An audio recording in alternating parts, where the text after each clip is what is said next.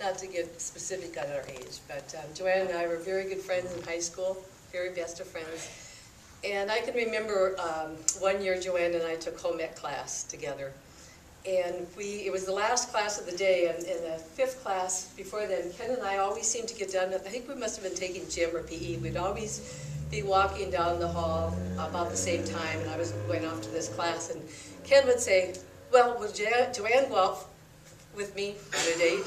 Or how's Joanne? Or would you give Joanne this note? And in those days we didn't have cell phones. Can you imagine Ken without a cell phone?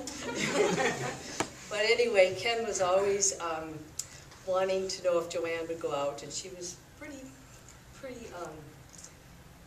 aloof about her feelings, I think. So he didn't quite know, where he stood.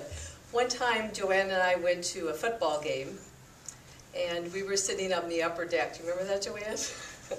Got in a little trouble. We were sitting on the upper deck, and Ken was cruising down on the football field looking for Joanne, and he was looking up and trying to find her.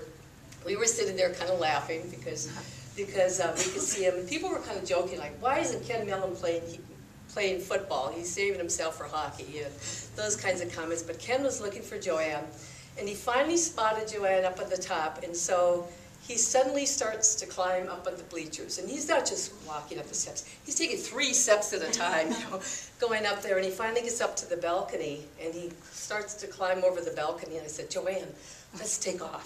So we take off, but eventually he found her, and they've had just a great marriage. 45 years? 43. But what a great marriage they've had. So I'm glad that I didn't take her too far away so that he couldn't lose her. So that's my story.